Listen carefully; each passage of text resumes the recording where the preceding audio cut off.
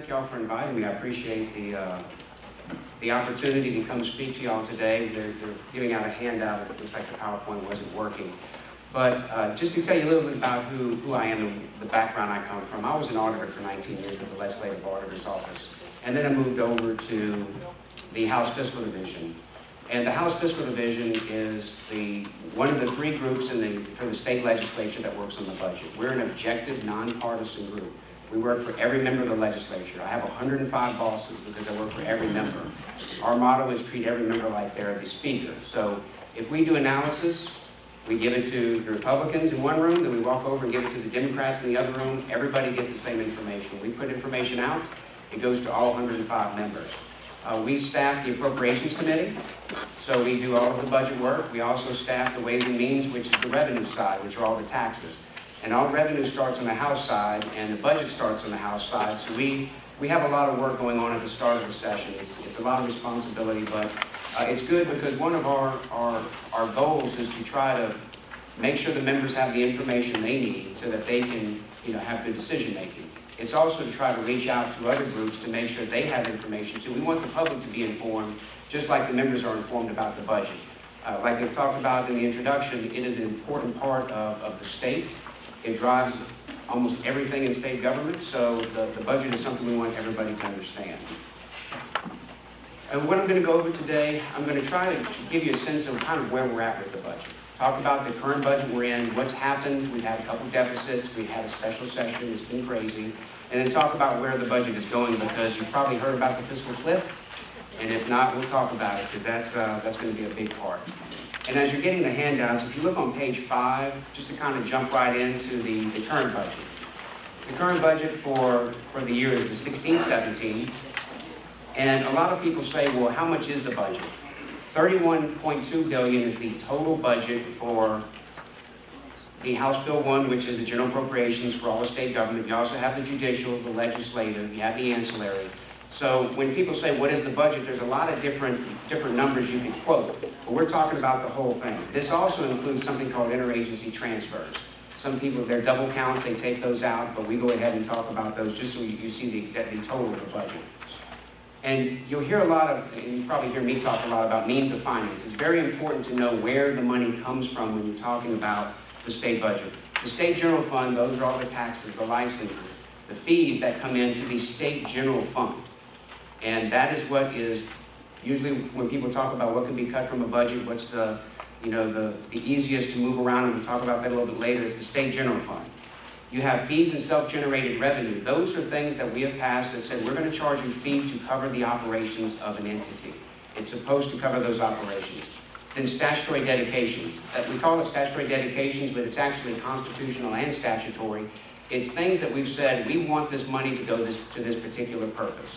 So we have a handgun fee, and that's actually dedicated to the handgun fund, which then goes to state police.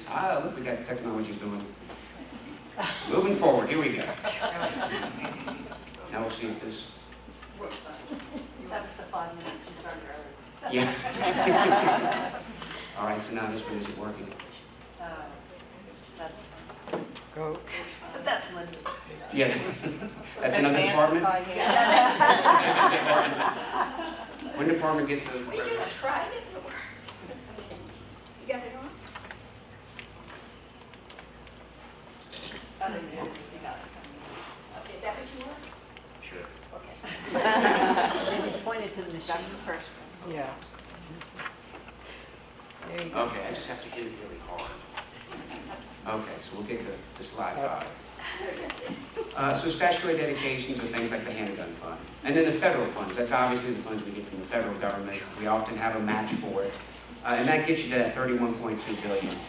And we're going to talk a lot about the general fund and kind of where it comes from and where it goes, because there was a big controversy, because if you look at the 16 budget, the general fund was $8.5 billion, I believe, and they said, oh my gosh, now we're going up to 9.6.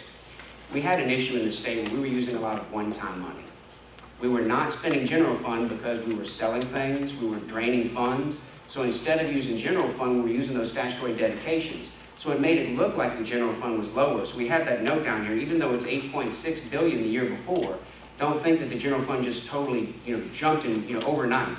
it was because we had an $880 million, I believe, is the one-time money that we had in the budget that we had to replace, because you can't sell things forever. You know, you have to finally, you know, start living within the revenue that you collect. So where do the dollars go, just to give you an idea? K through 12, 37%. The next biggest, healthcare, 29%. Higher education is 10%, and then you start getting really small pieces. So a lot of people say, look, I don't want to cut K through 12, I don't want to cut higher education, I don't want to cut hospitals. Well, those are the biggest pieces of the budget. So then again, when we have a deficit, they say, well, don't cut those, obviously you go where the money is. So that gives you a good representation of kind of what happens. In this next slide, I actually had a lobbyist who had been working for 20 years and said he really hadn't thought about it this way, and it really didn't make sense until he saw this slide. And one of our analysts came up with this. It's a way to flow through the budget, because you start with that $31.2 billion we talked about. And everybody says, well, the budget's so big, man, if we just cut 5%, that's $1.5 billion, this is easy. We shouldn't have any problem cutting the budget and taking care of deficits. Well, first you subtract out that interagency transfers, and you get down to 29.5. But then we have those means of finance we talked about. So the first one is federal funds. You can't spend federal funds in some place other than what the feds gave you the money for. You have to show you spent that money according to the federal guidelines. So you can't cut that money and say it's going to solve a problem. Statutory dedications, that's $4 billion. So those are dedicated for a purpose. And you've heard a lot in the past probably about sweeps. They swept the fund. They swept my money and used it for a different purpose. It's either constitutionally or statutorily dedicated for a purpose. So if you take that handgun fund, sweep the money and spend it in healthcare, that's other than what the legislation intended. And then fees and self-generated revenue, again, that's to cover the cost of operations. It's supposed to be, I'm giving you $1 so that you can pay the guy to give me my license, my hunting license, or whatever. So now we're down to the state general fund. So now we're down to $9.6 billion, and this is where we go to cut when there's a deficit. But there's something else that comes into play. It's discretionary and non-discretionary. $6 billion is non-discretionary. The biggest part is K through 12. That's constitutional, $3.4 billion. So we don't go there when there's a deficit. There's actually a procedure where you can cut 1% in a deficit if 2/3 of the members vote of both houses. We usually don't even talk about that. I think this last session it was mentioned one time, and that was all I ever heard about it. K through 12 is something they just don't really want to go after. Health and hospitals, that's almost $1 billion, and really that's the federal match. We have to put up state funds, and there's also, Medicaid is an optional program. Every state does it. Nobody has opted out of Medicaid, and so if you are going to do Medicaid, you have to do certain things. So this makes sure that we're doing those certain things. Then you've got corrections, and then you've got 1.3 of everything else, and we'll talk a little bit more about that. So let's go down to the discretionary piece, because that's what is available to cut in the deficit. Health and hospitals, the biggest piece, $1.9 billion. Higher education, $847. And then you get down to K through 12 and then everything else. So again, you're hitting those areas that everybody says, okay, I want to solve the problem, but don't cut these areas. If you look at the next page real quick, just to talk about the non-discretionary, because everybody says, well, what in the world is non-discretionary?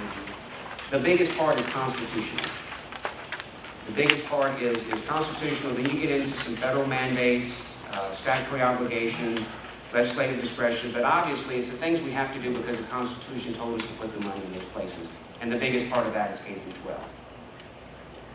When you look at the discretionary, that other piece, that 658, after you say, okay, don't cut health care, don't cut higher education, now let's look where we go. Social services, DCFS, anyway, the health, social services, Department of Children and Family Services. That's $100 million right off the bat. Then you've got the Executive Department Youth Services. You've got corrections, public safety. These are things that, again, people say, well, don't affect any children, don't affect, corrections, because we don't want, we don't want the prisoners out. And so then it gets really hard to find, where are you going to find? So we had a $300 million deficit that we solved in the special session. Finding $300 million from this is tough, because if you take the $100 million from social services, you're pretty much going to shut them down. And that's why it becomes so difficult when people try to find, where can I go to make these reductions? Of course, when you look at the whole $31 billion, it sounds easy. If you look at the rest of the non-discretionary, that other 1.3, non-appropriated, most of that is our debt service. You're not going to touch that. We have to pay our debt. We have bonds that we issue for construction and buildings and roads. Other requirements, that's the Local housing of adult offenders, we're not going to touch that. We've got the judicial bill, higher education. Again, even the things that are non-discretionary, people don't want us to go and touch. So something else that's come up recently is, has the budget grown? And we were in joint legislative committee on the budget, and we had one member say, if you look back 14 years, you go back to '04, look how much the budget has grown, and we've got to do something about that. Another member said, well, no, you're looking at it wrong. You know, he said there's lies, damn lies, and statistics. And if you look at 10 years, the budget is going down.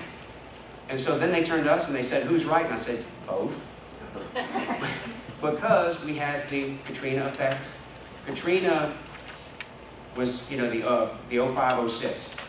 We had a lot of revenue come in right after Katrina. We had a lot of sales tax increase.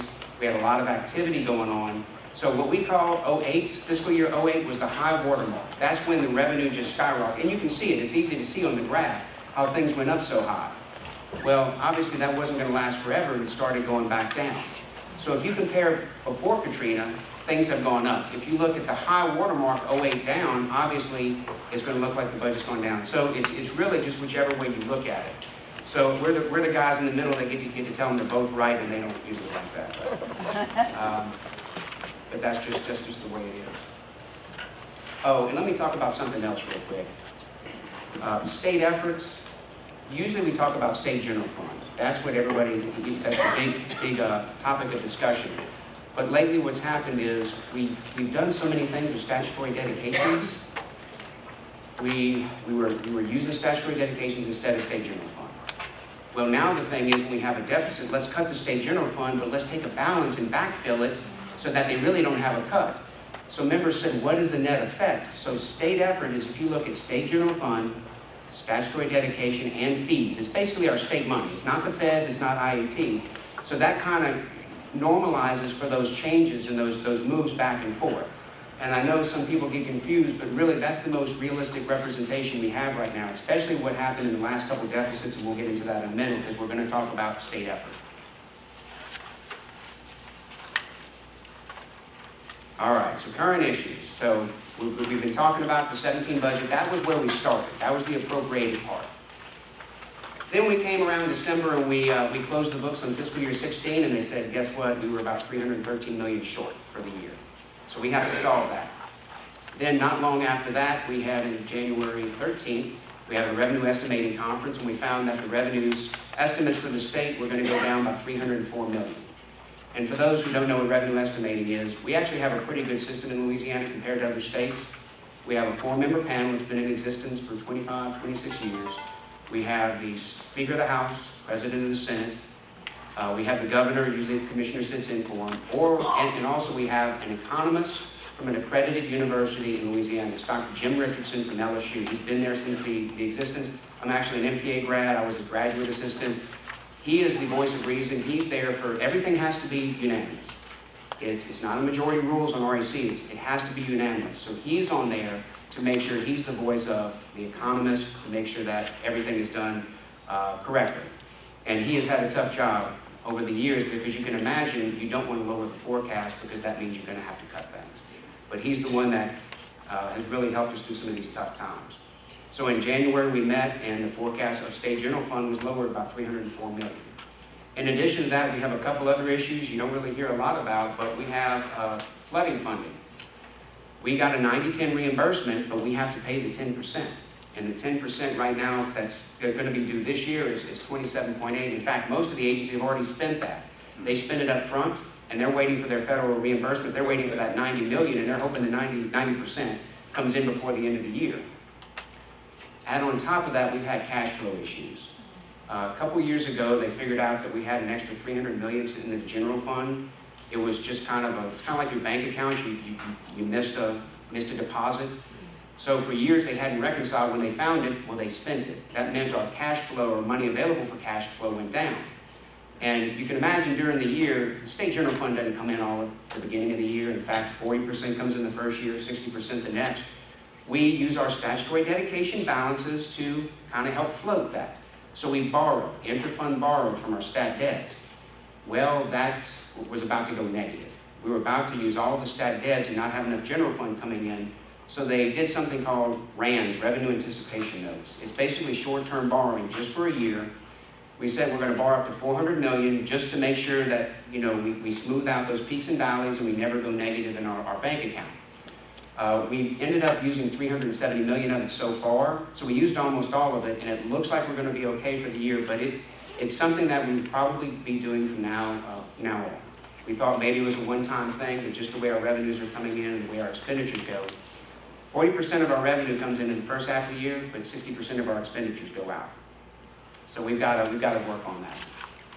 And then we've got the fiscal cliff, which is going to kind of set up everything where you're hearing about coming up for the coming session.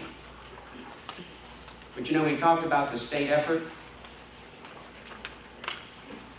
No, I'm not strong enough to press this button. Let's talk about that first deficit. We closed the books in fiscal year 16, and we were $313 million short. We fixed it, but it was a net effect of only $37 million to agencies. That's all that was reduced in their budgets. We did reduce the state general fund because we have to, but $152 million, we pushed a Medicaid payment into the next year. We just said, instead of paying it this week, we'll pay it 2 weeks later, and that's in the next fiscal year. So that became a $150 million problem for next year that we have to deal with in the coming budget. There was $119 million in backfill. So one agency was cut $10 million, and they said, look, we cut your general fund in $10 million, but you have a balance in your stat deads of $10 million, so go ahead and we're going to let you use that. So the net effect to you is zero, but again, you're lowering state general fund, you're replacing it with a stat dead, so that's why you got to look at the state effort. Otherwise, it looks like their general fund went down when really their spending did not.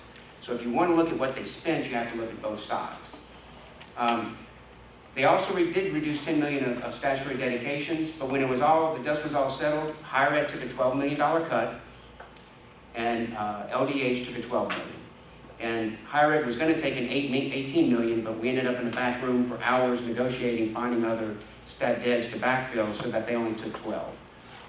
So a lot of people don't realize in that first deficit, the net effect was $37 million. So now we move on to the next deficit. We just finished the special session, a 9-day, very intensive. Everybody got along. It was great. It was wonderful. But the net reduction of that was $82 million, because again we had to reduce the general fund, but we did more backfilling, $97 million. We pushed another smaller payment, Medicaid, of dental, just push it 2 weeks into the next fiscal year, and you have to worry about it in 18. They did reduce the legislative branch, $3.5 million. The judicial did not take any. The legislative kind of took half of their cut, and we fixed the other half of their cut with other ways. And there was also $12 million added from funded vacancies, and that was kind of a fight during the session about whether that money was real. The House Fiscal Division, we did some analysis and showed that there was about $65 million that would be left over after the burn rate of all the agencies if they kept spending the way they were spending. The governor disagreed, but we've been working with him back and forth on that. And I'm not sure the number is wrong, but some people say, well, look, you might need to use that money for something else. I'm short in supplies, or I need to use the money another way. So we're still working through that. But they also did $99 million of the rainy day fund, the budget stabilization. That was the biggest fight of the session, is how much were you going to use? They could have used up to $119 million of the rainy day, but the House Republicans didn't want to use any. The Democrats wanted to use everything. The governor wanted to use everything. We ended up using $99 million. There was also some additional revenue that came in from GO Zone money, from some payments from Katrina Rita that was really from New Orleans. Most of it was from New Orleans. And then they took $2 million from the legislative auditor's balance. And that's how they ended up solving the 304. All right, so now let's talk about the fiscal cliff. I'm sure we'll solve in the upcoming session. I gotta be optimistic, right? Yeah, my chairman tells me, don't call me. Every time you call me, we lose $20 million. There's some $20 million problem every time you call me. Before we talk about that, let's talk about the continuation budget, because it used to be in the past, you compared your old budget to your new budget, and that's how you decided if things had gone up or down. But we kind of have a new paradigm in the way we talk about budgets. We've always had the continuation budget, which says, if I had to decide how much I need to spend next year to do the same thing I'm doing this year, just do inflation, do maybe the population's increase, more Medicaid recipients, what would it cost me? It's required in law that they present it to the Joint Legislative Committee on the Budget. The staff look at it, we go over it, and it's things like merit increases, because, you know, legislators or state employees can get up to 4% in merit. It's the inflation we talked about. It's growth in services if there's more people in the prisons. And so it didn't used to be a point of comparison, but now it's starting to become one. And so the way we've always talked about if we have a deficit is, and I know this is a lot of detail, don't worry, the next page is a lot simpler. But the main point of this is the top part is that REC revenue forecast, the official forecast. What do the economists say we're going to bring in revenue? Then the bottom part is, what do we say we need to do the continuation budget? Do the same thing moving forward. And that's where you hear if we have a deficit or we have a surplus, we always have a deficit. So when they did this for next year, it came up about $400 million, about $404 million. But that's not the most disturbing part. You look out in the future years and you start to see some really big numbers. And the best way to look at it is the next slide.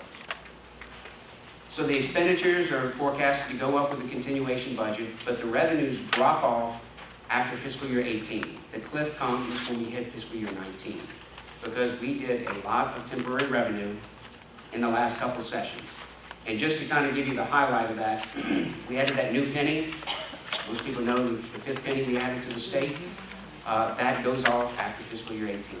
It's $881 million. Then we did some cleaning of the existing pennies. We said they were clean pennies, then we said they're cleanish. And they're kind of cleanish because, you know, things kept getting back in it, and they got mad because the Girl Scout cookies were going to be taxed. And, you know, I'm sure y'all heard about that. Or high school football games. Oh my gosh, I got so many calls about, I'm going to have to pay to get into a high school football game because you changed the law. So we took out, you know, added those things back in. So it's cleanish penny. And then there's a couple other things. So the big major parts are 1.1. If you look at all the temporary revenue, it's almost 1.4 billion of what's going to drop off the books that was temporary. And then you talk about those continuation increases, just going from one year to the next, going to 18, it's 230 million, into 19, it's 108. So those are two big things that are contributing, the revenues and the expenditures, to that fiscal cliff. So that's where you hear about the task force, the structural change, and how they're going to try to fix that. Well, you can imagine that's in fiscal year 19. In this coming year, we're dealing with the 18 budget. So it's hard for people to understand. You have to fix the 19 problem during this coming session in 17 for the 18 budget. A lot of the tax things that we put in place, if you do income tax, it takes a while for it to take effect. Even if you do sales tax, it takes a while for it to take effect. So you need to do those now so they can get started. So when you look at the executive budget, we just got the executive budget on February 23rd for fiscal year 18. And this again, we talk about state efforts. So did it go up or did it go down? Well, there's another complication this year. You can look at 16 actuals and it was 27.2. Again, you have to look at the state effort because we had all that one-time money. The existing budget is 31.5, but look at the state general fund, 9.6. If you look at the recommended level in 18, it's 9.5, so that's a reduction, correct? Mm-hmm. Well, that executive budget number for the existing budget for 17 was frozen as of 12/1. That's what we typically do. It's got to be as of a certain date. You can't just keep changing it. That was before the two deficits. So if you add the two deficits and you look at what the state general fund is today, it's 9.1 billion. So one group is going to say that we're going down, and one group is going to say, well, no, if you compare against the 9.1, the current budget as of today, we're going up 400 million. So we're going to have another fight of who's right? Well, they're both right. It depends what point in time you look at. If you look at 12/1, the budget is going, we are spending less. So that's going to be another interesting fight that we have to deal with. It's just because of timing issues, and understand they have to print the budget. They have to, at some point, they have to cut it off and say, we're just going to use this date. And they had to get that done before we even finished the special session where we cut the 300 million out.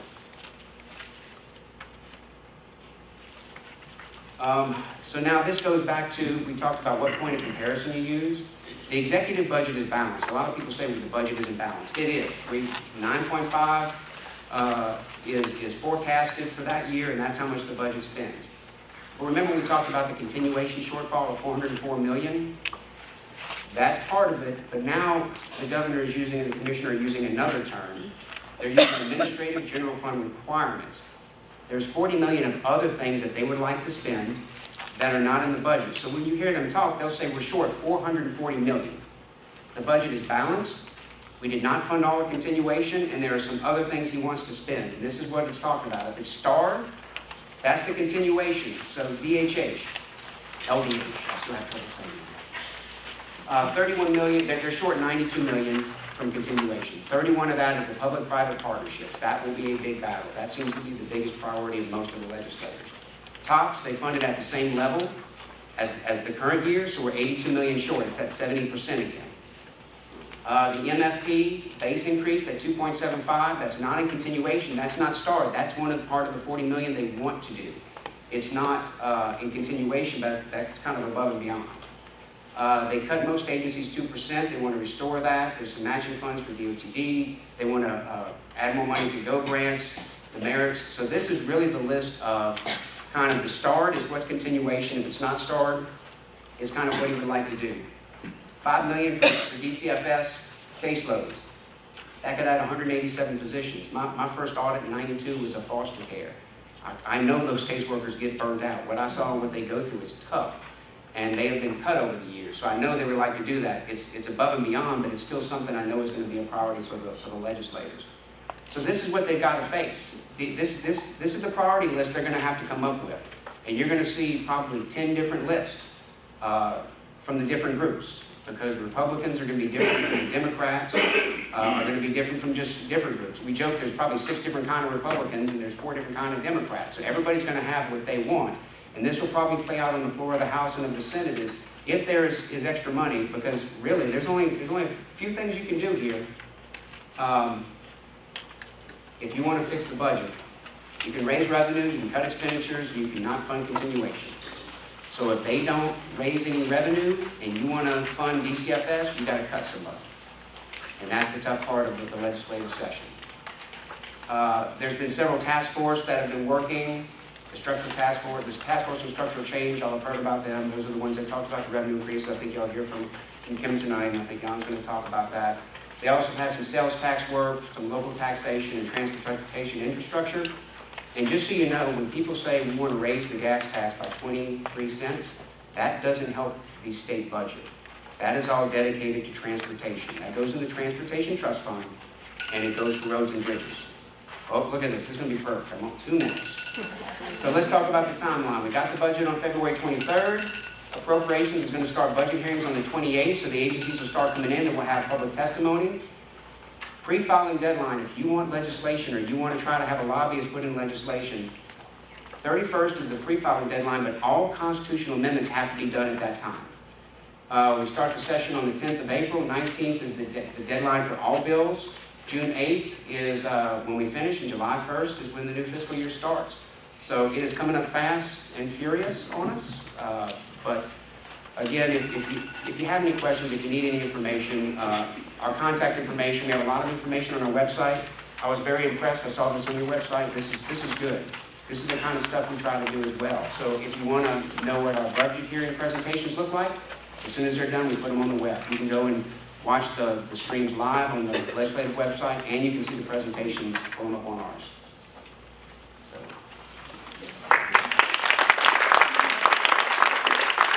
Just point it at the screen, Okay. and the up is the one you want. I know, it's kind of backwards. There you go. Yeah, just do it at the screen, you don't have to do it on. And I want to go back. So. Go back, the bottom arrow. That's what I'm trying. Point at the device. And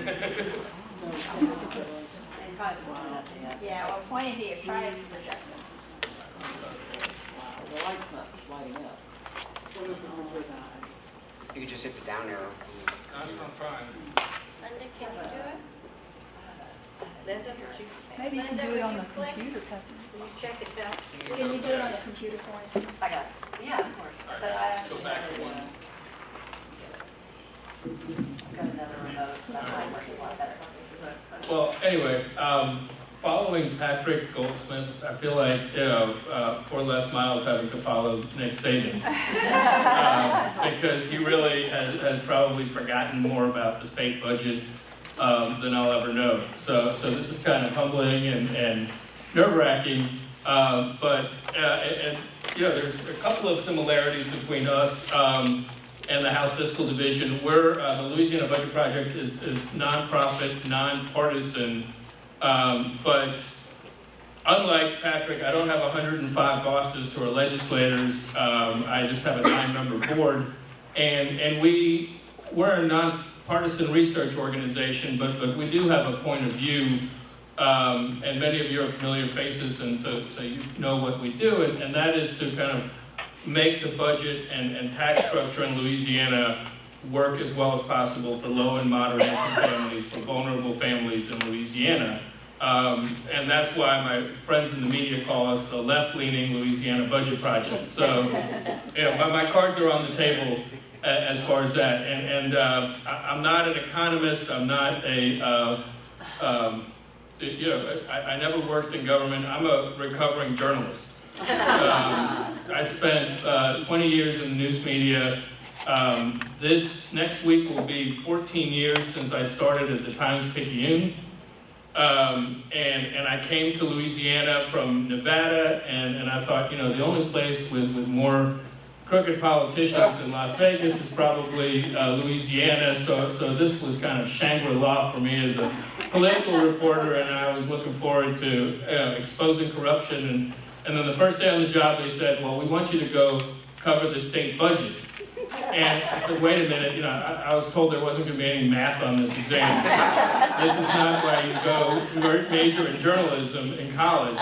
But I did what I was told, and I trucked down to the House Appropriations Committee, and that's what I learned about the budget. And what you quickly learn hanging around the House Appropriations Committee and listening to people like Patrick and his excellent team and the state agencies is that the budget is not just a collection of numbers, that there are people behind those numbers, and that the budget is really a moral document more than anything else, and that there's really nothing more fundamental that the state does every year than decide, how much money are we going to collect, who are we going to collect that money from, and then how are we going to distribute that.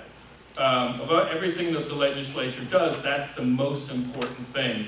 And so when I started thinking about it in those terms, I thought this is one of the most interesting beats that you can have at the newspaper, and I was no longer regretting my decision to move across the country and cover the budget. But so let's talk about kind of where we are. Did you do that? And these numbers are probably a little familiar to you, but we have one of the highest poverty rates in the country, almost 20%. We have the highest group of poor people in our state are children. Almost 29% of children are growing up in poverty. We have one of the lowest median household incomes, and we have, and this is rare for a poor state like Louisiana, we have an extremely high rate of income inequality. And when you look at the states that rank the highest on income inequality, it tends to be your rich states, your Connecticut's and your Californias, and places that have a lot of hedge fund billionaires and so on. But Louisiana, for some reason, is fourth in that. But last year, the United Way of Southeast Louisiana came out with a report that I recommend all of you read. It's called the LUS report. And it looks at poverty in kind of a different lens. And rather than the 20% who fall under the federal government's definition of poverty, it opens it up and it looks at kind of who in Louisiana is really struggling to make ends meet. And it's a broader definition. It's called, ALICE stands for Asset Limited Income Constrained Employed. And roughly speaking, it's people who are, about under twice the federal poverty rate. Remember, the federal poverty rate for a single adult is around $12,000 a year, $23,000 for a family of three. So there are a lot of people who live above that threshold who don't fit Washington's definition of poverty, but really are poor by any functional definition. And maybe they're paying their rent every month, and paying their car note and putting food in their stomach, but they really are one financial calamity away from really being in trouble. And that's about 40% of the households in Louisiana. So this is a much broader definition than some underclass that maybe people can dismiss and think that's not us, that's not my people. It's really an enormous number of people. And when I look at who really needs government the most, it's the ALUS population. That's who really needs state government to work for them. There's a lot of people who don't need a lot of government, and those we're fortunate, but some people do, and that's where I think the budget is of most importance to. So when we look at the budget, that's what we look at. So let's take a look at, and a lot of the stuff I just spent time here getting slides out of my presentation, because a lot of the stuff I put in presentations is stuff I steal from Patrick and steal from the Legislative Fiscal Office and just kind of recreate and put a little citation at the bottom. So I took a lot of that out. But let's, as we talk about kind of the tax debate that's coming up, one thing to keep in mind is Louisiana, compared to most states, is a low tax state. And these are not our numbers. This is from the Tax Foundation, which is a very conservative group out of Washington that, their mission in life is to look at state taxes, or they have a whole state tax policy area. The percentage of state, this shows the percentage of total state income that goes to pay state and local taxes. And if you look, New York, New Jersey, Connecticut are way up there at the top. Louisiana is 45th, so we're 6th from the bottom. I don't think this list includes the District of Columbia. So overall, Louisiana, of all the problems we have, of all the lists, we're number 1, where we should be 50th and vice versa. We're not a high tax state.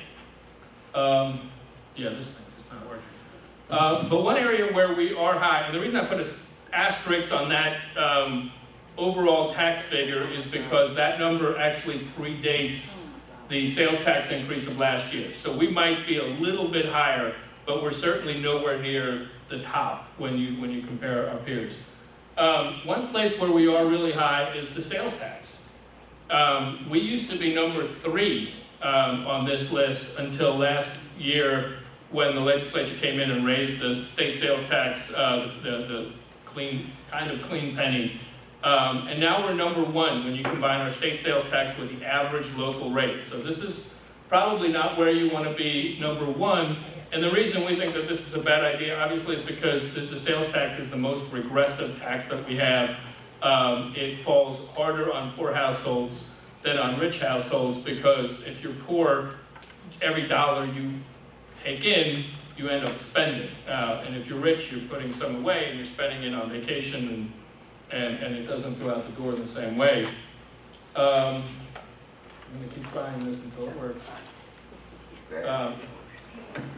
So we have a really high sales tax, low overall tax burden, and income taxes on a per capita basis are also low in Louisiana. Now there are 10 states that 9 states that either don't have a personal income tax at all, or they only charge an income tax on capital gains. So they don't really have an income tax the way we think of it.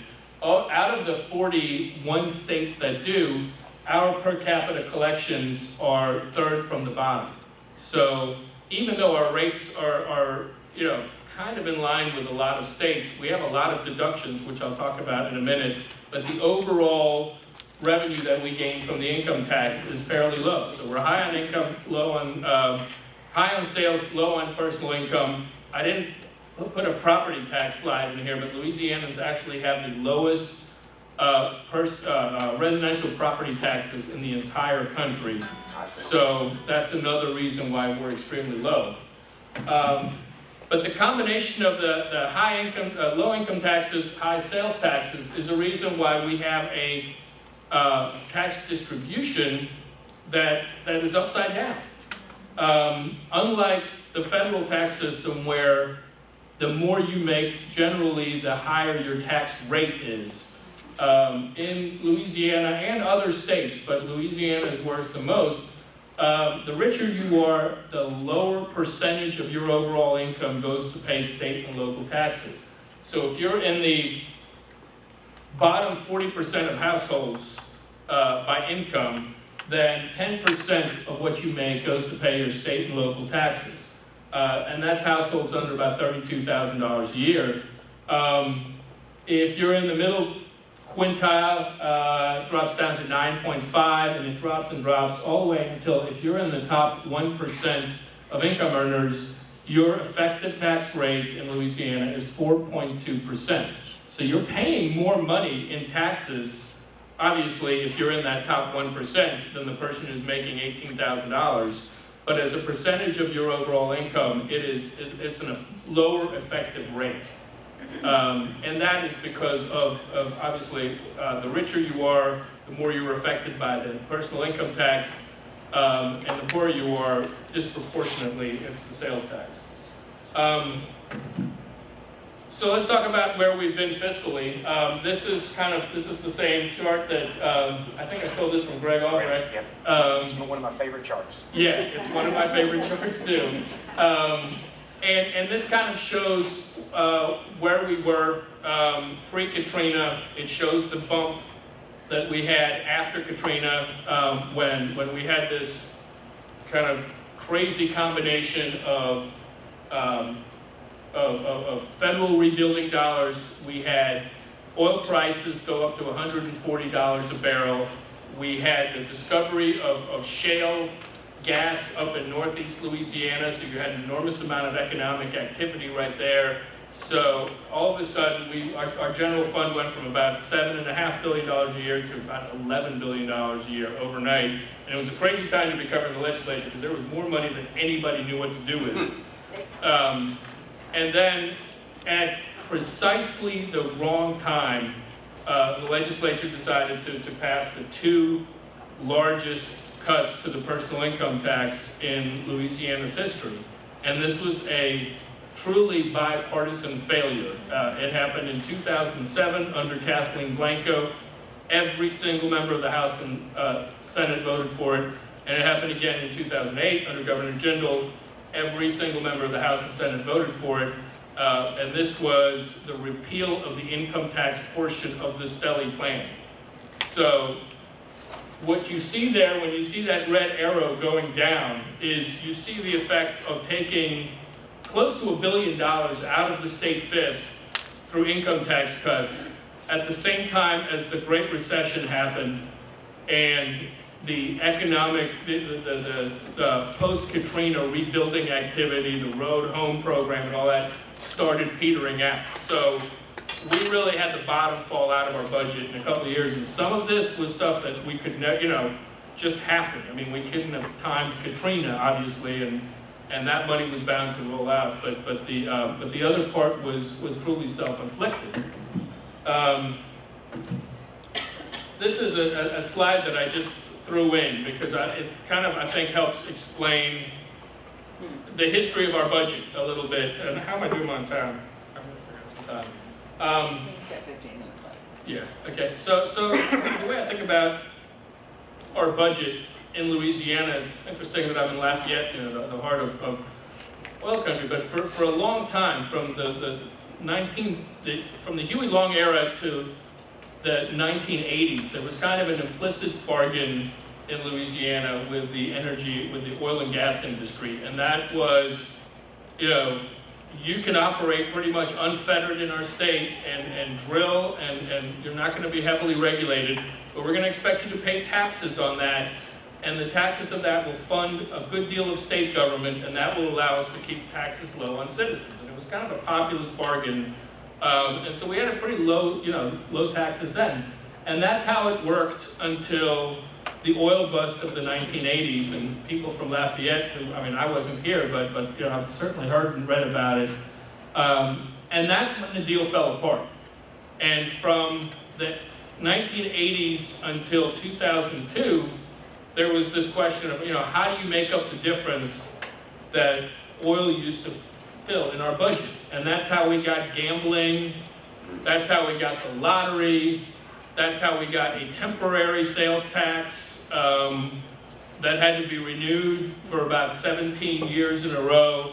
That's how we got the Disc Pro scandal. I mean, there was about 12 different ways that they tried to fill the gap and keep some basic level of government services going.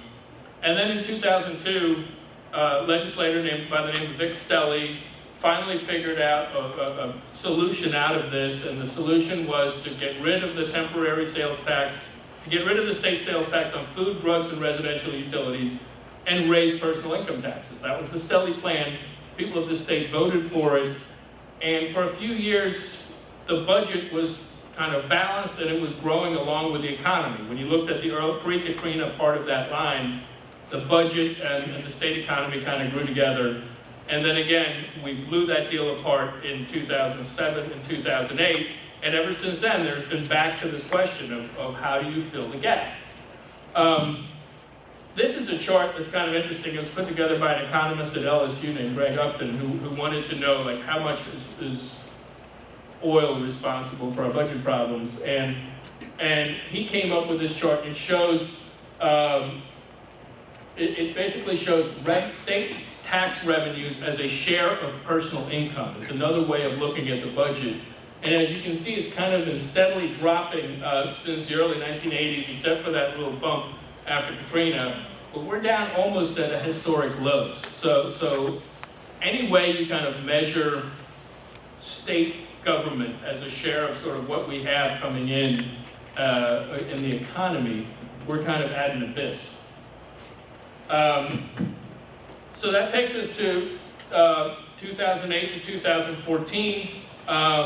Again, we had the bottom fall out of the budget in 2008, 2009. And once again, the question was, how do you sort of bridge the gap? How do you fill in this gap? And as Patrick said, there were sort of two main ways that the state filled this gap. The first was cutting the budget. And they did cut the budget. And we cut it quite a bit. There are 30,000 fewer jobs in state government, roughly speaking, than when Bobby Jindal became governor. A lot of those jobs still exist, they're just private jobs. For example, the charity hospital system, we're still providing those services through public-private partnerships. But some of them really are gone entirely. We cut higher education farther and faster than any state in the country. And really, there's almost no agency in government that's been untouched by budget cuts.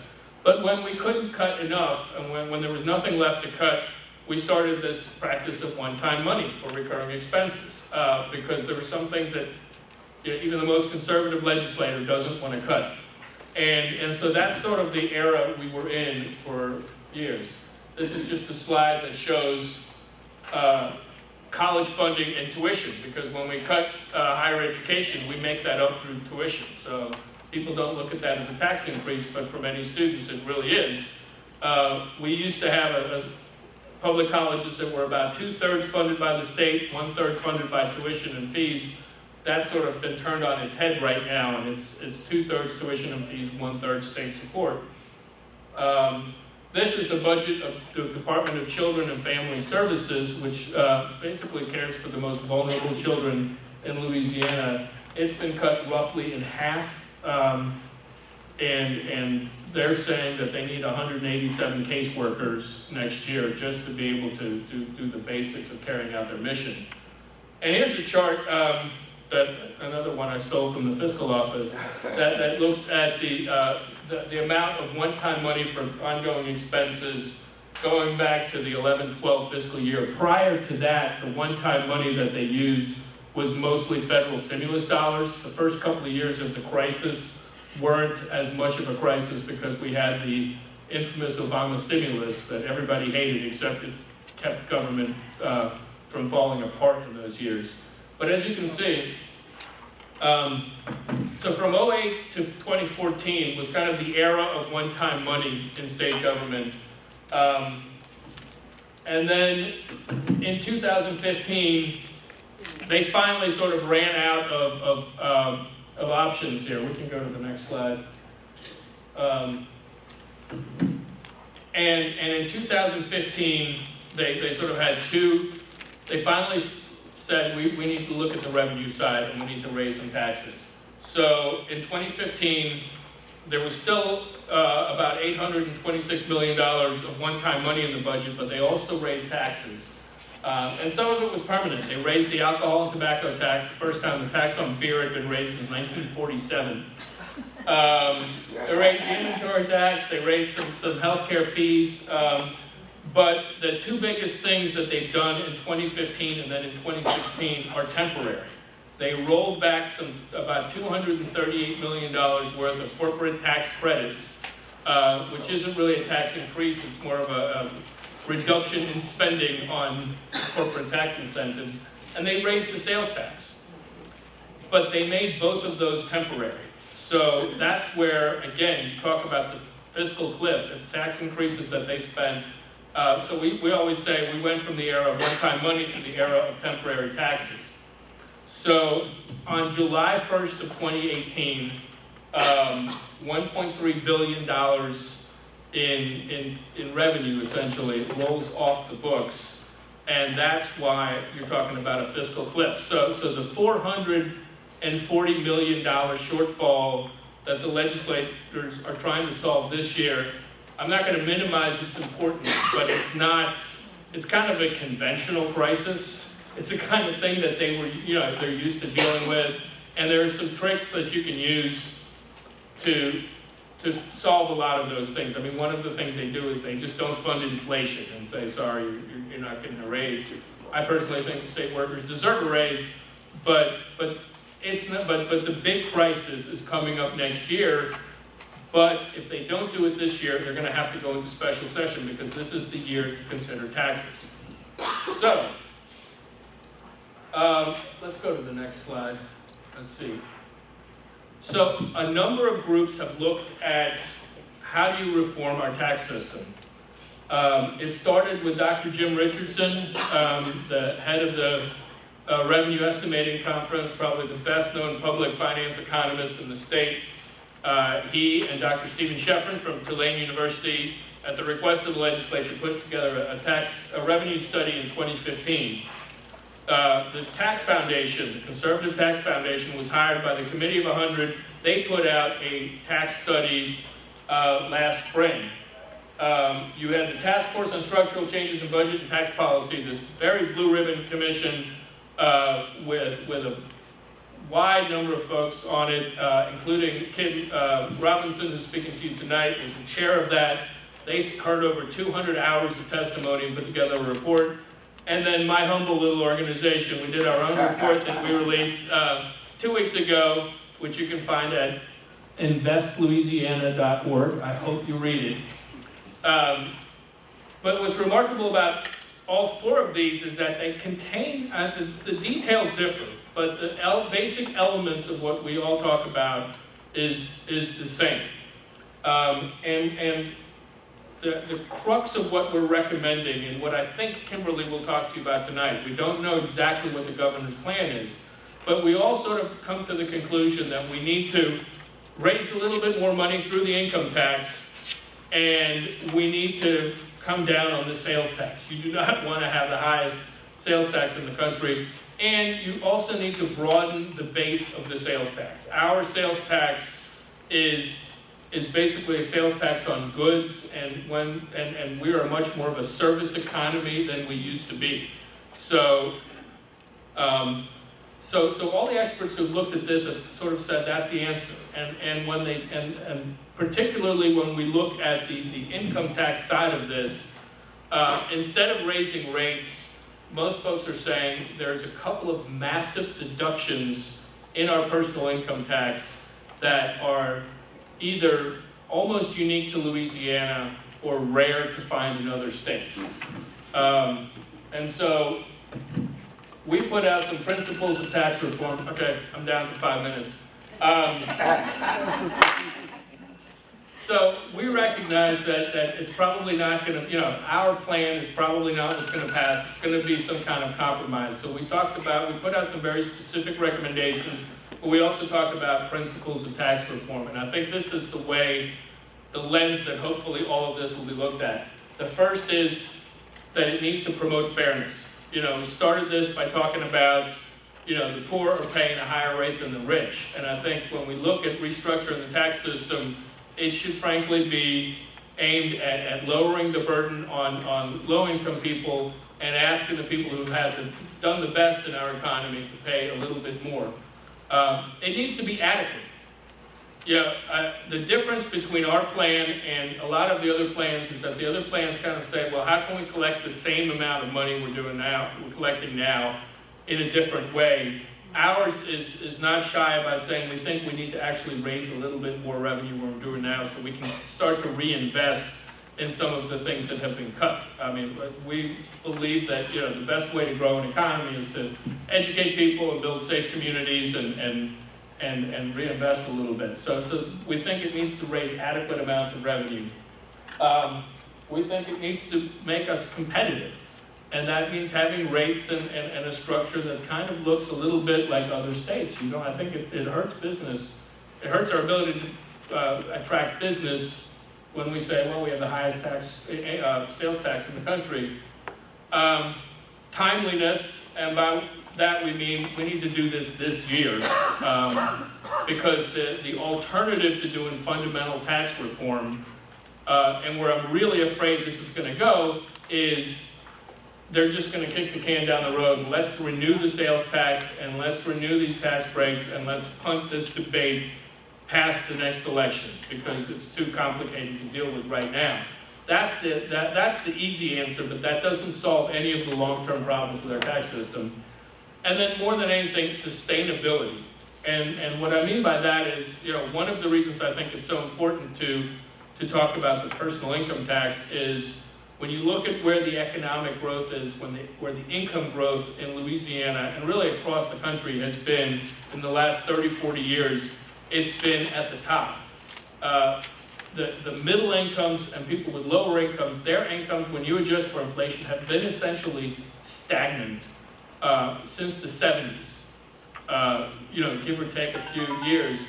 But when you look at folks in the 80th, 90th percentile and above, they've done pretty well in our economy, and they continue to do well. So if you want a tax system that grows with the economy, you have to tax the people who have done the best, and that's how you get a system. So if you simply say we're going to renew the sales tax and we're going to keep having the high sales tax, then you're looking at more and more budget shortfalls in the out years, because you're not going to have a system that grows adequately. So my hope is that when the legislature takes this on, is they create something that is able to grow as the economy goes and as our needs increase. I mean, the baby boom generation is turning 70 this year. So we have, frankly, when you look in the out years,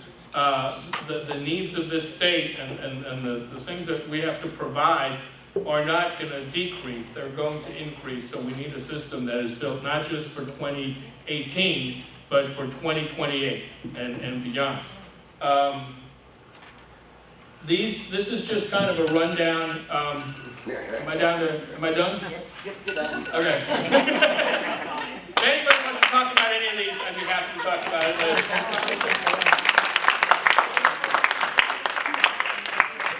Yes, and you can ask your question to Mr. Goldsmith or Mr. Bowler. Mine is to Mr. Goldsmith.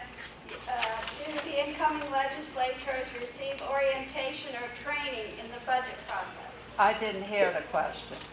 Okay. The question was, do the incoming legislators receive training on the budget? And the answer is absolutely. We do several things for, at least on the House side. We do something we call the welcome wagon, where we bring them in. Every division talks to them about every aspect of all the legislation that could possibly come to them, including the budget. Then we also do, for every incoming legislature, we have a new term. We do 2 full days on the House floor, 16 hours of training for them just on the budget. The budget is so large, and Jan talked about that it takes those 2 full days to try to get them up to speed. A lot of what you've seen here is some of that. We talked to them about the process, the importance, and those type of things. And the next question is to both of you. I'd like an answer from both of you, and you may have both alluded to these in your talks, and that is, what are your top 3 recommendations to stabilize the state budget long term? Mr. Bowler? Well, the question was top 3 recommendations to stabilize the budget long term, and that gets me to the slide I didn't get to. I talked about the income tax deductions. We are one of 3 states that allows full deductibility of federal income taxes on state returns. This one deduction is worth almost $1 billion a year, about $930 million a year, and it is absurdly tilted to the very wealthy. About 56% of this tax break falls to the top 5% of taxpayers. 83% of it goes to the top richest 20% of tax filers. This tax break is in the Constitution, but if we eliminate this, so it would take a 2/3 vote in the House and Senate and a vote of the people, which is an extremely heavy lift. But if we eliminate that and we eliminate the ability to claim excess federal itemized deductions on your state returns, that was part of the Stelly plan. Then you have money, frankly, if you want to do things like increase the earned income tax credit, if you want to lower rates. Some of the other plans, not ours, talks about actually lowering the income tax rates, but you would still get more money coming in by eliminating those deductions. So I think that's what we talk about. And then, of course, lowering lowering and broadening the state sales tax, so we're not number 1, and so we have a sales tax that's a little bit more modern than we have today. Those would be my recommendations. Thank you. And I'll talk a little bit more at the global level. I think number 1 is a stable revenue source. All the tax studies that have happened have talked about we have to stabilize our revenue. We have temporary revenue. We had 20 some odd tax changes in 15 and 16. And when the economists try to forecast our revenue, they say between the recession and all the temporary and the tax changes, it's impossible. We need something that's going to be long term. Put it in place, best practice, let it last for 20 years. We also have to get a handle on tax expenditures. Jan talked about those credits, deductions, exemptions. Most of them are not appropriated. They come off the top. You don't even see them. If you appropriated them, you would probably see how much they cost. A great example is the movie tax. Thought it was going to be $20 million, and it was $200, and then it was going higher. It was $250. The legislature put a temporary cap on it of $180. Things like that will help, so then you, again, more predictable of your revenue. I think the last thing is just education. You hear a lot about we're spending too much, we're spending too little. The more educated the legislature and the members are, the public is, I think you can have that conversation and you're at least talking about a common term about are we spending too much or too little.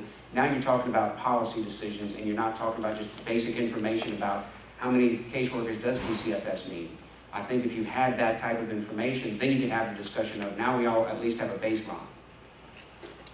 What we're going to ask is that when people would now call on you, stand up, state your question loudly, and just keep it to 30 seconds with no comments. So I believe your hand was up first over here. Yeah, go ahead. I'm going to tee up a little bit on the education comment that Patrick made. If you're watching what's gone on in Kansas, they're a little bit ahead of us on the road where Governor Brownback kind of led the legislature down a similar trail. That's a story that we've repeated here in Louisiana. Are there lessons to be learned there? And they're starting to turn around politically and accept the revenue enhancements that need to happen there. Are there lessons for us to learn here in Louisiana from what's happened in Kansas? And I'll ask both of you. I think there's always things we can learn. Right now, I think we have some very deep divisions between two different sides or more of philosophical differences of what they think the states, which direction they should go. Should we raise revenue or should we make cuts? There are some groups that think that fiscal cliff of $1.5 billion we should just cut. Of course, when you start getting into the details in the education, it gets a lot different. You have some think that we should only raise revenue to cover those sides. Obviously, it's got to be somewhere in the middle. But I think it's got to be where, again, where everybody's talking about a common base. And I think it's kind of tough right now that we do have a Democratic governor and we have Republican House and Senate. But I think we're trying to make strides towards getting those together. And I think the more they do get together, the more common ground they find, I think the better it can get. Okay. Mr. Mueller? I absolutely agree. I think Kansas is certainly a cautionary tale. I don't know if they were ahead of us. We actually cut taxes before Kansas did, but I think that the effects in Kansas have been a little bit more severe. My hope is that the politics will turn. I think it's going to happen eventually. I think people are, I think one reason the Governor Edwards got elected, frankly, is people were tired of this endless cycle of crises in state government and especially with the budget. And I think people understood intuitively that the previous administration in some ways made a hash of things. And one of the things, I don't agree with Governor Edwards on everything, but he has, he gets credit from both sides of the aisle for not relying on the one-time money. And I think, Jay Darden, his Commissioner of Administration, says, whatever you think of this budget, it's an honest budget. And not that they haven't used a couple of tricks to solve these mid-year shortfalls, but by and large, what they present to the legislature is a budget that lives within our means. And I think that's the first step. Now the next part is, well, what really should we fund and how should we fund it? And I hope that discussion doesn't get lost this session, because it really is the best chance, I think, in a generation. I mean, I came right after the Stelly plan passed, and this is the best chance we've had since then to make some kind of permanent fix. Alfred? Yes, Alfred Doucet. I have always heard about Mr. Smith. Speak up. Speak up. Mr. Goldsmith, I have always heard about the rainy day fund. If you keep taking from it, you're going to go broke. What is the rainy day fund and where does that money come from? Sure, the rainy day fund is basically a state savings account. At the end of a year, we either have a surplus or a deficit in the state general fund. If there's a surplus, it has to go for 6 constitutional purposes, or there's 6 options you can use. So we don't have a savings account until they created the budget stabilization, also known as rainy day. It was built up from excess mineral revenues. If there was over a certain amount, it would flow into the rainy day fund. There's a cap on it. I think the cap is over $800 million right now, but we were at $359 million. We just used 99. There's 2 triggers for using the rainy day. If during a year the forecast goes down and you have a deficit, you can use up to 1/3 of the balance, up to that amount of the deficit. The only other time you can use it is if the estimate of revenue for the next year goes down. It's lower than the current year, then you can use it in the upcoming budget. We never hit that amount. So we've been using 1/3 of it at a time, and you can imagine you take 1/3, 1/3, 1/3. We haven't had excess mineral revenues in a long time. So the only thing that's been going into it is if you have a surplus, 25% goes, and also the state has been trying to put $25 million a year into it. But when you use $128 million last year on top of another 28, then we use the 99 this year, obviously it draws it down and to where it goes down to nothing if you don't replenish it. Thank you. Somebody else? Yeah. Then. Linda Hawkins. I have a question here about the Louisiana Department of Health and the private partnerships, and both of y'all can deal with this. The $30 million public partnerships, is there a way to look at what this is costing us? When we started these public partnerships prior to that in 2012, there was no cost-benefit analysis done. So now Department of Health, or Louisiana Department of Health, is now coming under fire because of all of this stuff that's happening. Do you know what it's actually costing us from prior to and what we got now? That is a great question. We have asked that question for a long time, but there is no study that shows if you took before we went to the partners, what would it be and what are the partners are now. What we hear is there's a savings, it's less than it would have been. but we don't really have the details behind that. So I think you hear the legislators ask that question all the time. But as far as I know, I don't think there's been a definitive study of that. No, I think you're right. If you just look at the hard numbers, we are spending more money on the partners than we were spending on the charity system. And you hear from the partners that they're doing a better job delivering indigent health care, but I haven't seen that verified by an independent source. You know, one of the interesting things, you know, there was a debate last year when we were expanding Medicaid, was, well, if you give coverage to all these people, isn't that going to reduce the need for indigent care dollars, which is essentially what's funding these private hospitals?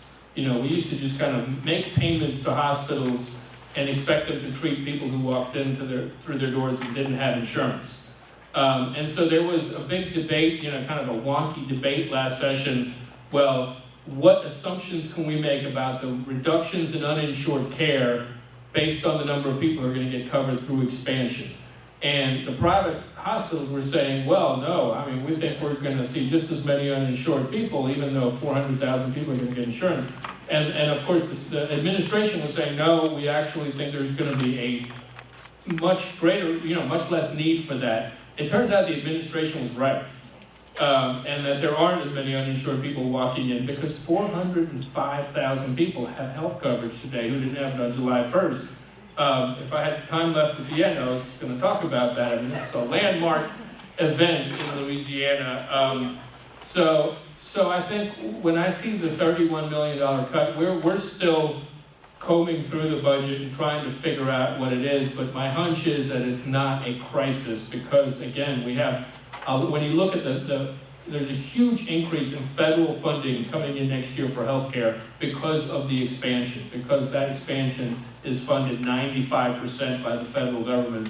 So there's more total money in our healthcare system, public dollars in our healthcare system than ever before. There's always going to be a fight between, you know, the fight is really between providers. And that's not a fight that I'm interested in diving into.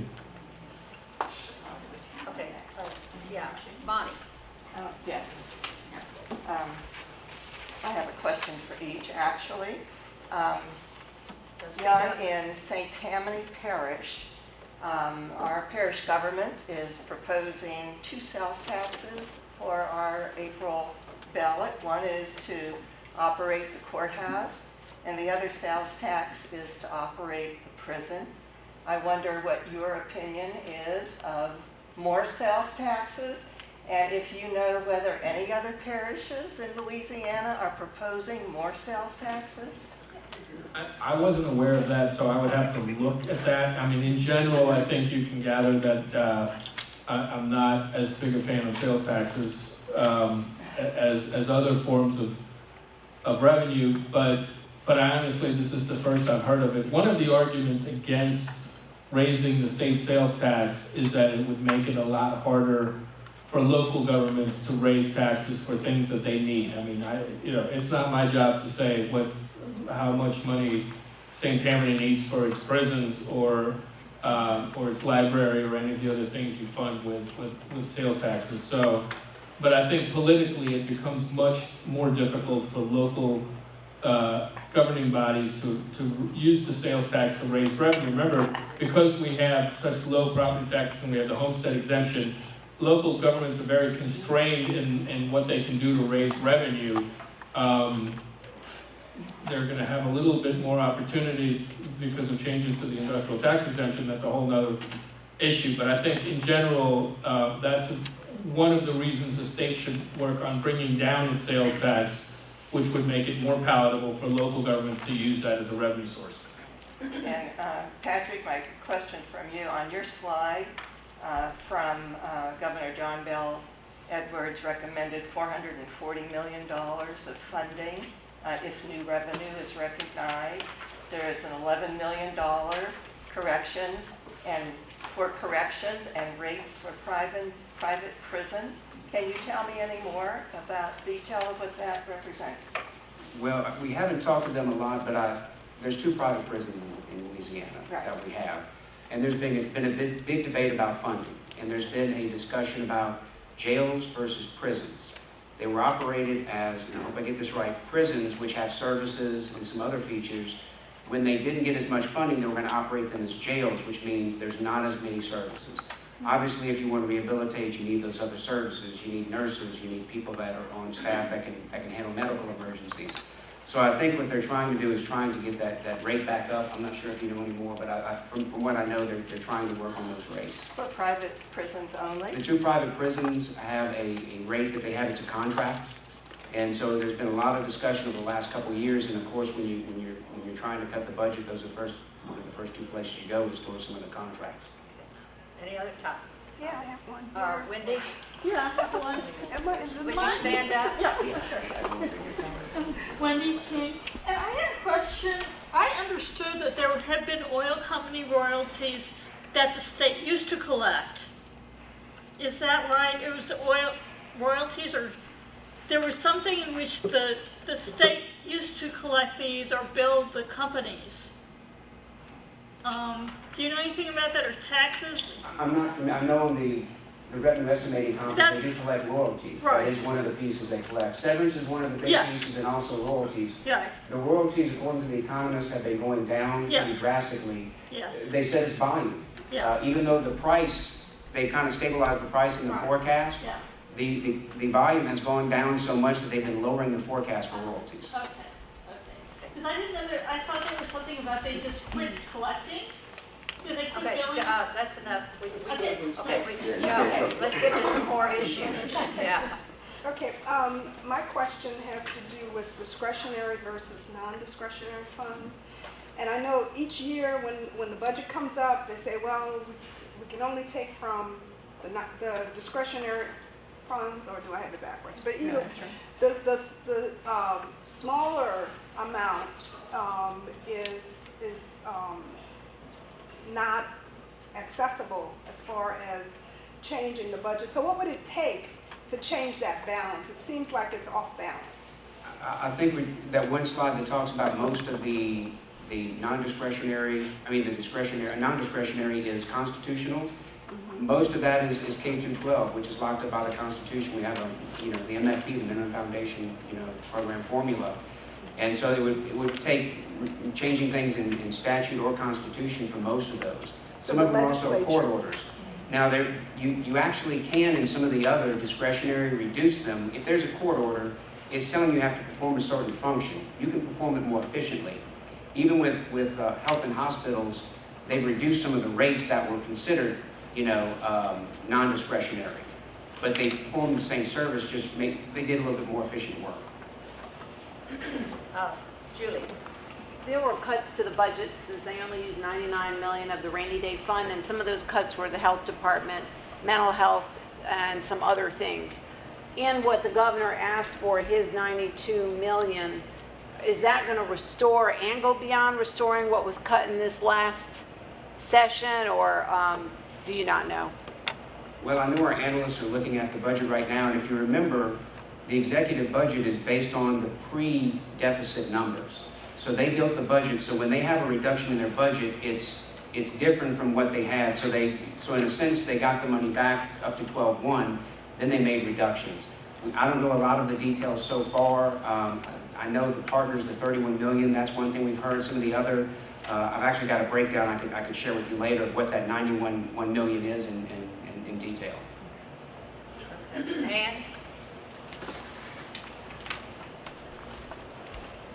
I got an email from the BGR groups suggesting that if we would align Louisiana nonprofit property tax exemptions with national norms, we would find a large amount of money.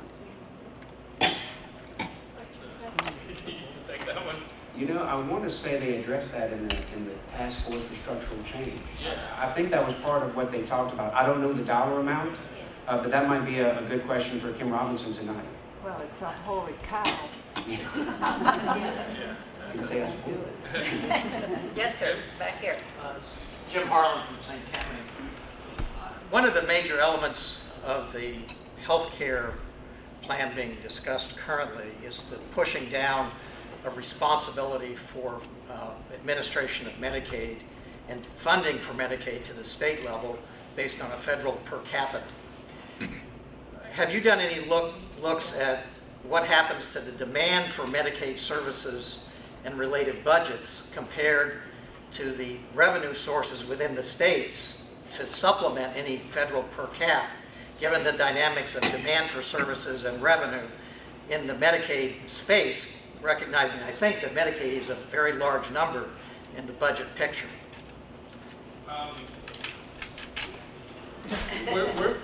We're still looking through, you know, the American Health Care Act was just introduced on Monday, and so we've been scrambling to get as much information as we can. This is the Republican repeal and replace plan. The number I saw this yesterday is that it would push $370 billion in costs from the federal government to the states. And I don't have that exact number for Louisiana. What I do know is that it would effectively end the Medicaid expansion in 2020, as it's written right now. And if we were to try to cover the 405,000 people who have Medicaid today at just the normal state match rate, you know, we get this very favorable match rate for the expansion population, that it would add about $1 billion in state general fund above what we're spending right now, which is impossible. So what you're talking about, if the bill as written right now would almost certainly mean that the state would have to kick a vast majority, if not all, of these 405,000 people off the healthcare rolls, which means they would still keep getting sick, but they would be uninsured and they would be getting covered somehow in the charity, you know, safety net system, and we would have to find a way to fund that. So there's a lot of analysis being done on this. We hope to have something out very soon. I hope all of you are getting the Daily Dime that we send out every day. But it would be a per capita cap, I think, is slightly better than the block grant idea that's been making the rounds in Washington, but only slightly, and it would mean a massive shift of responsibility for healthcare funding from the federal government to the states, and I think that would be bad for every state, but particularly bad for a poor state like Louisiana, which has such high need.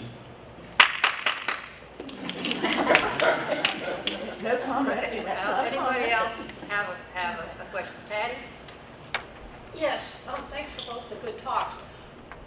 The TOPS plan, as I recall, Mr. Taylor originally intended that for needy students who qualified. It's been expanded. It's also been very much cut back. What would be your prescription for, should it go back to just an income-based basis? What would you prescribe? All right.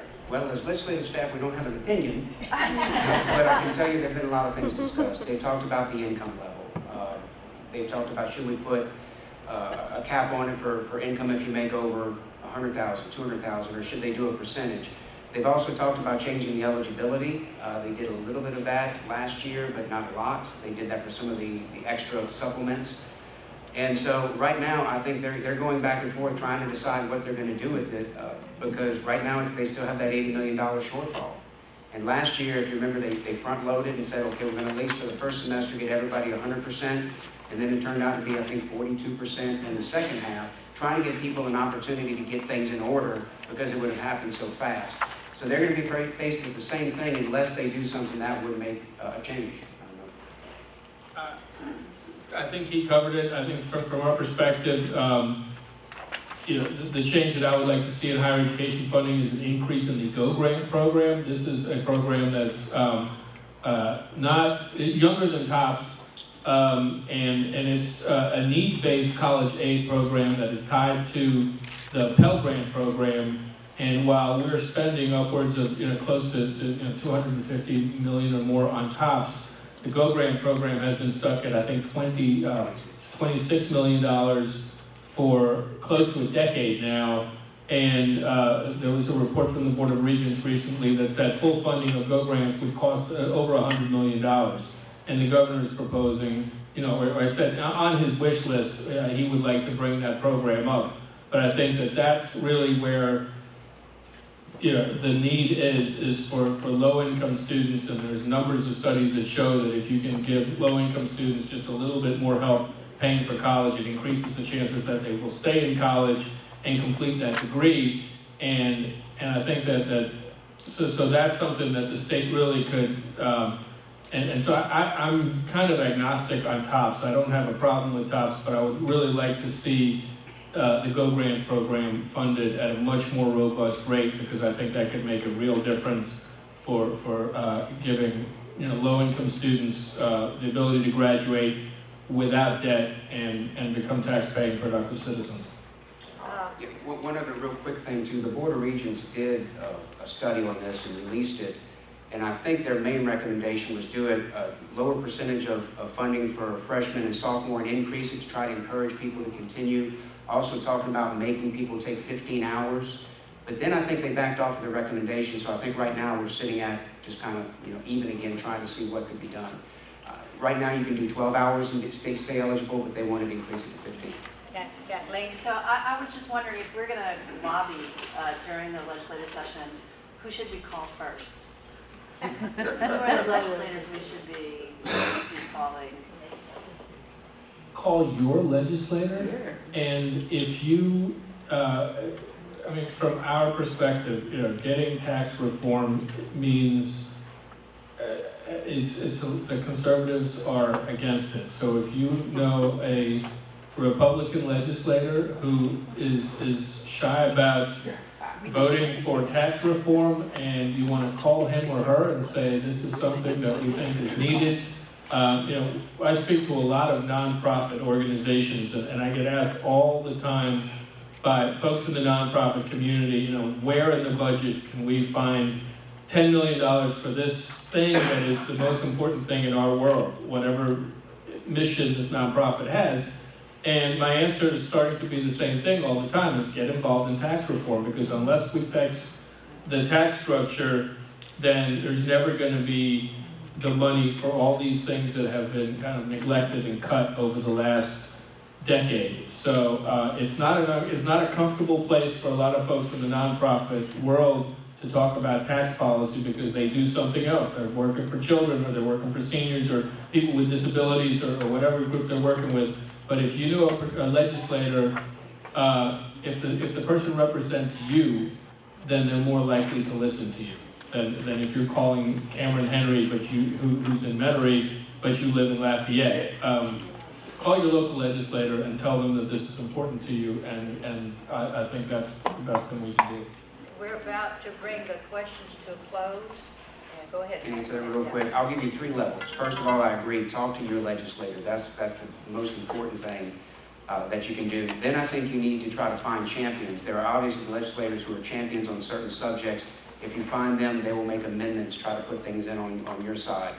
And then lastly, you want the people that are going to be in the room when negotiations are made, and that's going to be the leadership. It's going to be the speaker and the president. You've got the pro tems, so you have, at least on our side, we have Taylor Barrott, who's the speaker, Walt Leger, who's the pro tem. Then you have delegation chairs. They're also in the rooms too. So you have Gene Reynolds for the Democratic caucus, Lance Harris for the Republican delegation, and then you have the chairman of the money committees. So I think you have to kind of start with those. You start with yours, find the champions, but you're going to have to deal with the leadership as well. The money committees are obviously appropriations, ways and means on the House side, Senate Finance, Senate Rev and Fisc, and those are the chairmen that you're going to want to get in touch with.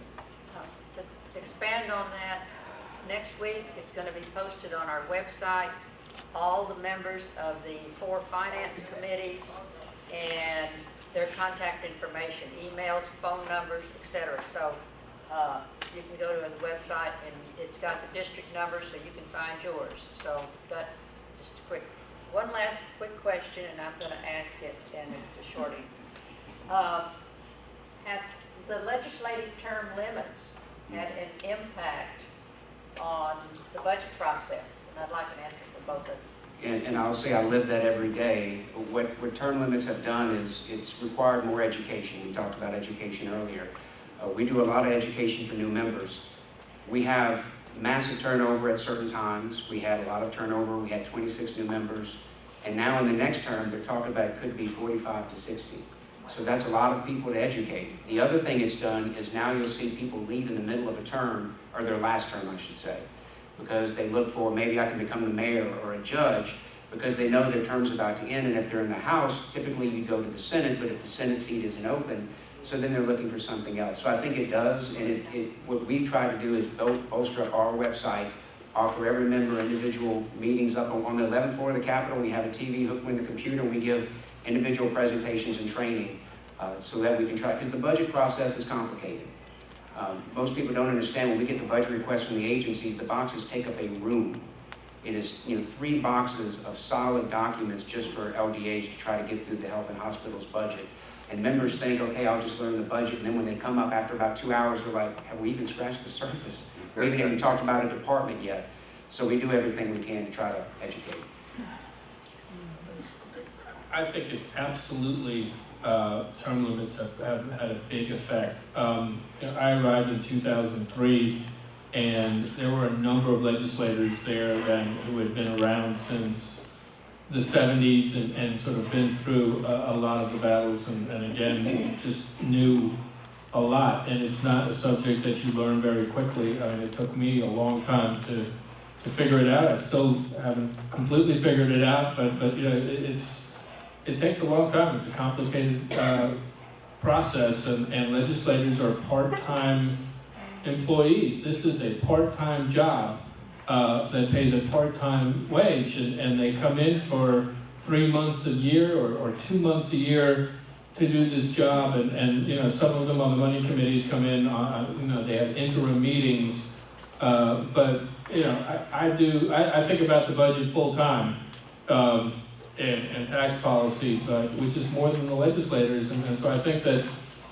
and it also gives more power to the lobbyists when you have less institutional memory in the legislature, because the lobbyists are there full-time as well, and they're always talking. So I think legislators become more reliant on lobbyists and others than they do if they don't know the process quite as well. So I'm a big fan of experienced legislators, even the ones I don't agree with, because I think that institutional memory is critical to making a $29 billion a year operation work.